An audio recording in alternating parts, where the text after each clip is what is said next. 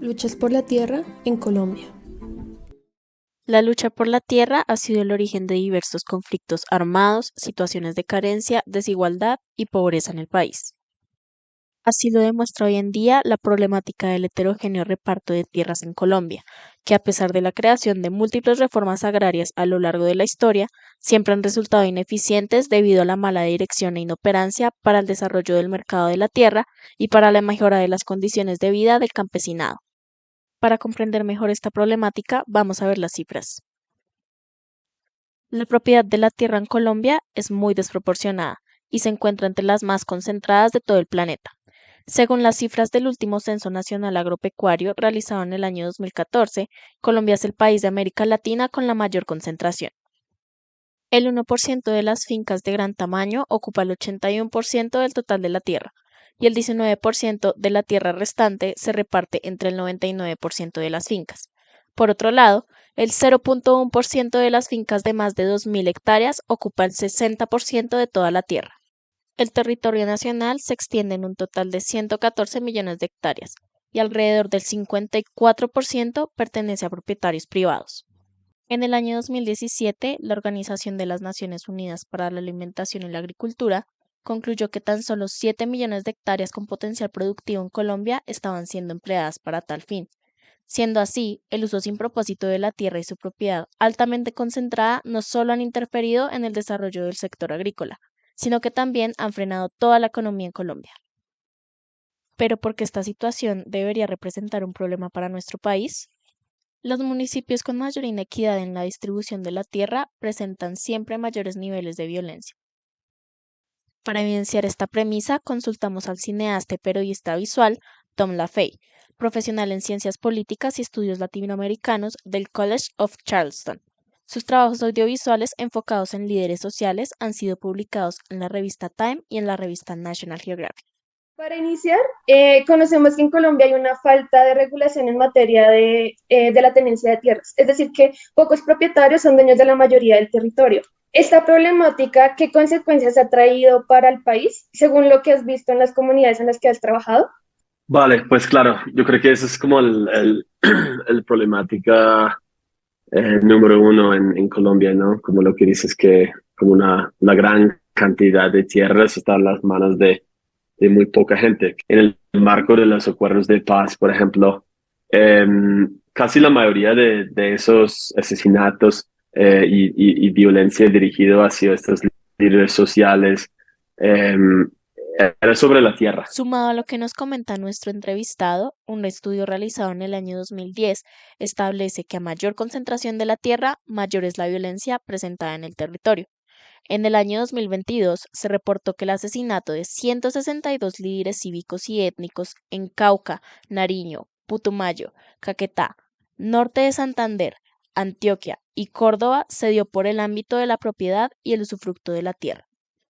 Adicional a esto, otro estudio realizado en el año 2012 indica que a mayor proporción de tierra en manos del 95% de los propietarios, mayores van a ser las necesidades básicas insatisfechas en las poblaciones rurales, lo que demuestra cómo la problemática de tierras a su vez ha llevado a la pobreza y a la falta de oportunidades a cientos de comunidades a lo largo de todo el territorio nacional.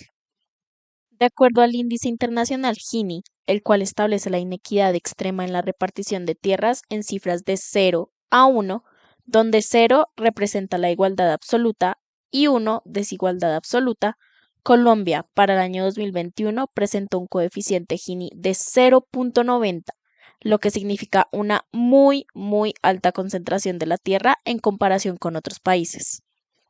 Básicamente, lo que el coeficiente Gini nos dice es que si 10 personas tuvieran un pastel que simboliza el total de la tierra colombiana, y si ese pastel lo cortaran en 10 pedazos, una sola persona poseería casi 9 trozos de ellos, mientras que las otras 9 personas tendrían que compartirse el único trozo que quedó.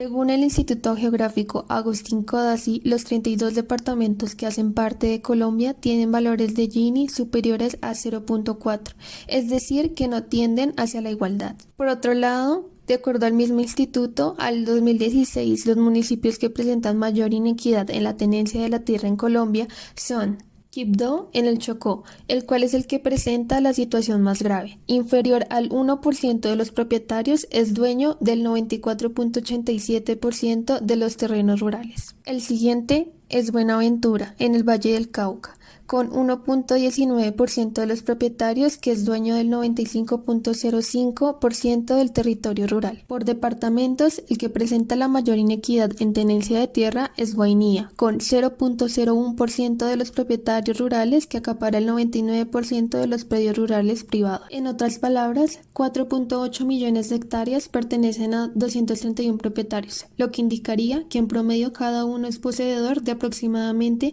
20.779 hectáreas. En segundo lugar, con mayor inequidad, está Valle del Cauca. En esta zona, 0.18% de los propietarios rurales es dueña del 95% de terrenos rurales. El tercer departamento es Meta, donde 12% de la población es dueña del 60.72% de los terrenos del departamento. En cuarto lugar está Vichada, donde el coeficiente Gini es del 0.54. Quinto lugar para Guaviare, con coeficiente Gini de 0.56. Finalmente, sexto lugar para Caquetá, con el coeficiente de Gini 0.61. Como ya vimos, Vichada, Guaviare y Caquetá presentan alta inequidad de acuerdo al coeficiente Gini mostrado. Todas estas cifras conllevan a analizar que la tendencia en Colombia es a grandes concentraciones de tierra que de hecho son altamente improductivas, que pagan muy pocos impuestos y que crean grandes problemas de pobreza y violencia en el país. Todas estas situaciones de concentración e informalidad en la tierra ha generado, según la Comisión de la Verdad, la entrada de grandes multinacionales mineras y agroindustriales al país, que en muchas ocasiones choca con los derechos de diferentes comunidades rurales. Para confirmar esta información, también indagamos con el periodista Lafey. Mi pregunta es, ¿consideras que la facilidad en la entrada de estas multinacionales surge en parte de la desregulación del mercado de tierras en Colombia? Yo creo que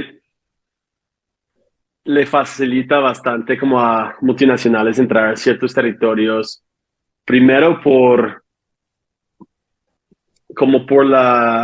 las dinámicas de poder de ciertas regiones, que muchas veces como son áreas que de pronto no tienen muchas tierras como tituladas a familias también, que es como irregular como las propiedades. Entonces como la gente, tanto quizás por falta de educación y acceso a educación y falta de acceso a un sistema legal, pues ellos como no tienen donde luchar también de una manera legal. Entonces, como esas empresas saben muy bien esas dinámicas y saben dónde como presionar para soltar ciertas tierras o no intimidar, etcétera, para quitar a la gente para empezar sus operaciones. Sumado a lo dicho por el periodista, incluso se reporta que los actores armados y funcionarios del Estado también se han apropiado de forma irregular de tierras y territorios para diferentes propósitos, aumentando dicha concentración y dejando miles de víctimas a su paso. Ideal y teóricamente, el Estado es aquel que regula el mercado, entrega los títulos y formaliza la propiedad, pero en la práctica el mercado de tierras carece de una seria regulación. Prueba de esta poca regulación estatal es que el Instituto Geográfico Agustín Codazzi solo presenta el 16% de la información catastral rural actualizada, es decir, el catastro está bastante desactualizado en la mayoría del territorio, y esto representa una gran problemática para el diseño de políticas, por ejemplo, de distribución de tierra o de asignación de bienes públicos, debido a que el Estado requiere conocer quién tiene qué y para qué, y de esta forma diseñar las políticas efectivamente.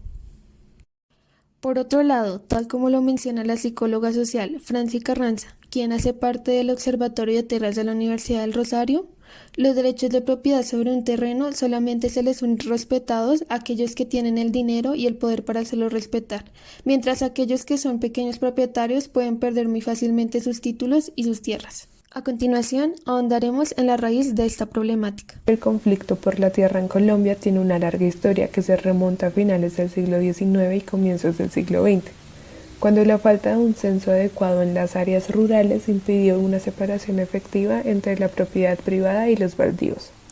Es decir, no se tenía un registro adecuado de quién era el dueño de cada terreno en las áreas rurales del país. Los campesinos trabajaban en tierras que eran propiedad privada de otros, pero que de acuerdo con una ley de 1927, ellos tenían derecho a reclamar y titular las tierras que estaban trabajando. Sin embargo, los dueños de las tierras se negaban a reconocer los derechos de los campesinos y les impedían el acceso a la propiedad. Esto generó conflictos y tensiones en las zonas rurales y ha sido uno de los antecedentes de la lucha de tierras en Colombia. Tras la ineficacia estatal en el ámbito del derecho de la propiedad de tierra, se creó un movimiento campesino.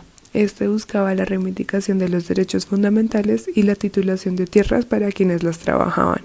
Además, se buscaba desmontar la estructura inequitativa de la posesión de la tierra. Sin embargo, en el tránsito de los distintos gobiernos se ha invisibilizado y tergiversado la gestión realizada por los movimientos campesinos, tales como las ligas campesinas. Estas fueron originadas en 1930, entre las que se cuenta la Liga Sindical Campesina de la Mesa, Sindicato Campesino de Tena, Sindicato Campesino de Sesquilé. Todas fueron orientadas por la Unión Nacional de Izquierda Revolucionaria y el Partido Comunista de Colombia. Otras organizaciones campesinas surgidas posteriormente fueron la Federación Agraria Nacional, la cual inició en 1946, y la Asociación Nacional de Usuarios Campesinos de Colombia, fundada en 1967. Las acciones y reivindicaciones de las ligas campesinas se basaban en el hecho de que el título de propietario no confería exclusivamente la propiedad de la tierra, sino que la explotación de la tierra durante un intervalo de tiempo convertía a los trabajadores en propietarios.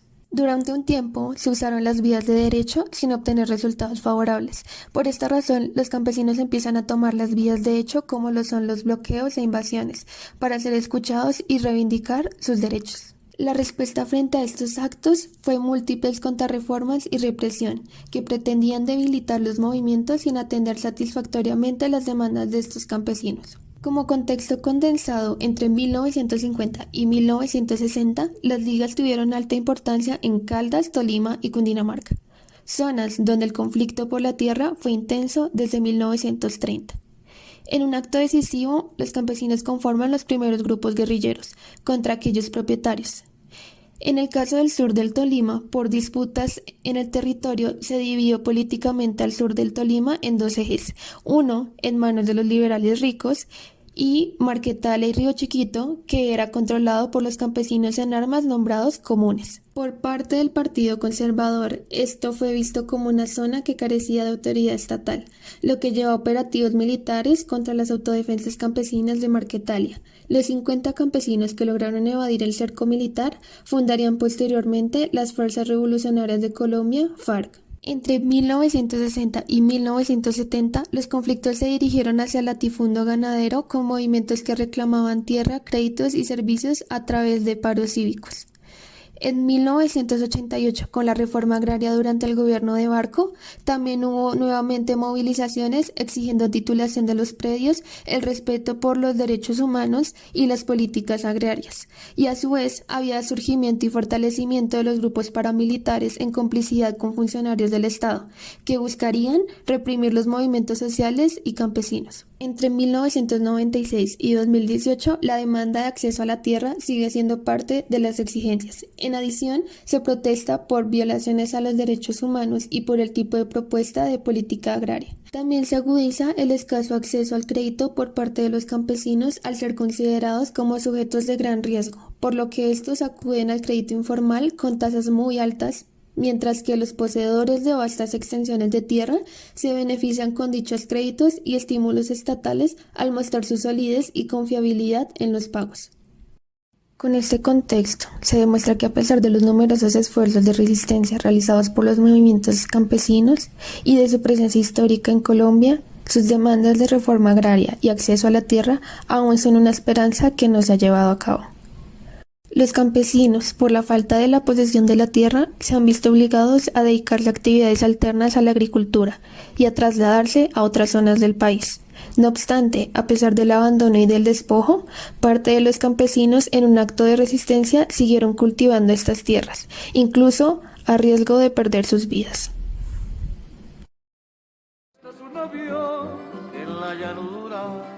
Y a la distancia se ve pastar los ganados mientras las nubes se tiñen de color arrebolado.